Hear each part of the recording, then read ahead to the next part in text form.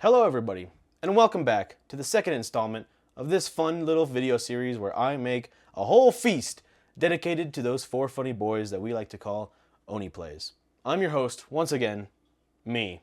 The next course we're working on is an appetizer, and one of my favorites, might I add. This is a delectable appetizer, a perfect balance between sweet and savory, put together in one amazing, delicious, dare I say, epic bacon type of appetizer. Now, of course I'm talking about Zach's epic bourbon glazed bacon. I mean, come on, like, who do we think we are, huh? Alright, enough kidding around. Why don't we just get right into it, shall we?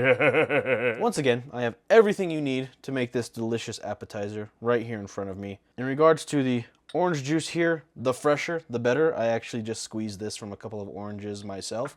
Because I'm raw like that. I'm just raw like that. Like, that's just how it is. And in regards to the bacon, the thicker the better. I mean, if you can find stuff that's like twice as thick as this, that's perfect. But this is all I'm willing to hunt for and make. This is an incredibly simple recipe to make. Like, don't let the wide array of ingredients here daunt you. Anybody can make this, even a fellow troglodyte mayhaps like yourself. Imagine that. How quaint. Step number one, of course, is cook the bacon.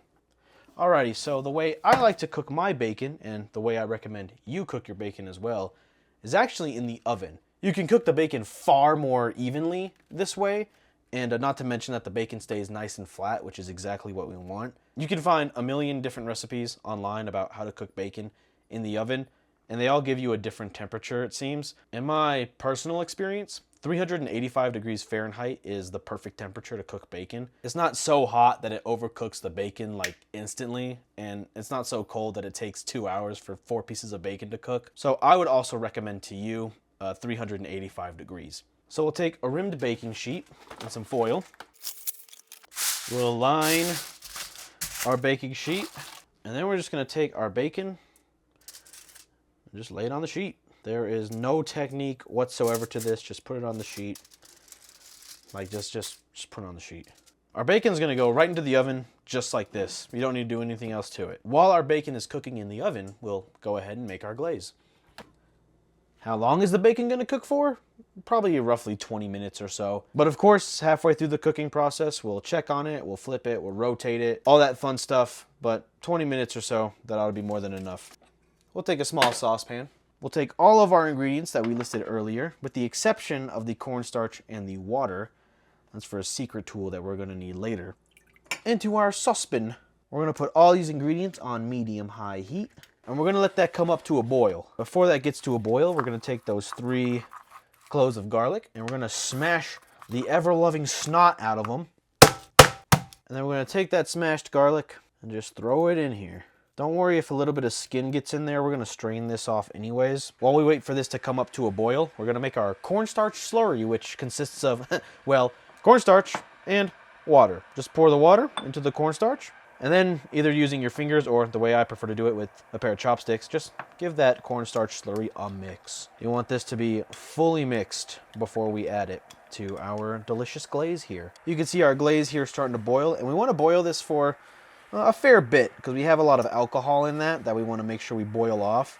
But we're just going to go ahead and boil off all that alcohol, which you can always smell. Woo! Whew! So this like weird foaminess that you're seeing is like a combination of the sugars and impurities that are just boiling in this mixture. But don't let it worry you. It's all part of the game. Alright, I got about 30 seconds before my first flip of the bacon, and I'm just going to let this boil until then, because I don't smell any alcohol left in it. Alright, that is the first 10-minute timer. I'm just going to pull these bad boys out. We got a good sizzle going. Just flip it. Oh yeah, mama mia. Mama mia. And now this goes back into the oven for another 10 minutes or so. So while that bacon's going, we're going to take our bourbon glaze mixture here and just strain it. Just strain that bad boy, and then give this pot a quick rinse. Alright, freshly rinsed pot. We're going to bring the heat back up and bring this mixture back up to a boil. Now that looks like a boil to me. So let's go ahead and add our cornstarch slurry and just stir. Just stir. Just stir, and ye will be forgiven? I don't know. See it frothing? That's because the cornstarch gelatinized and is now thickening the sauce we have here. A great sound, isn't it?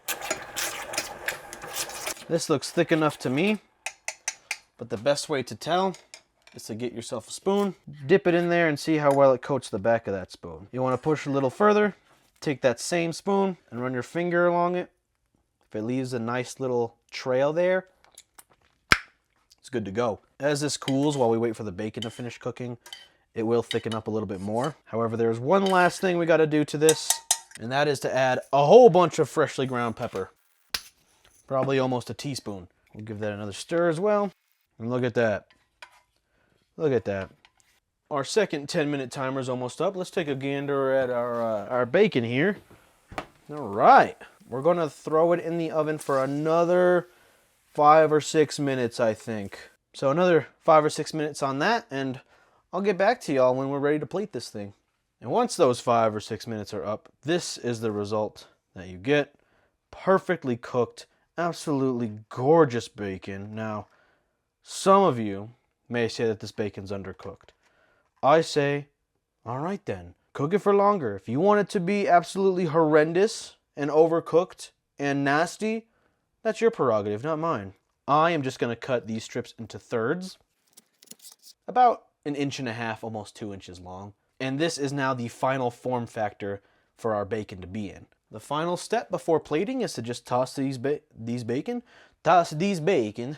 bacon into our glaze.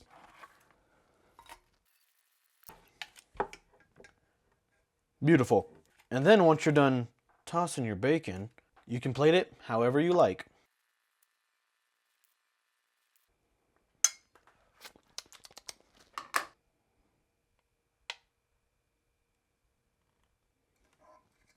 It's kind of pretty. And there you have it. Zach's epic bourbon glazed bacon. Let's go ahead and try a piece, shall we? Damn, boy.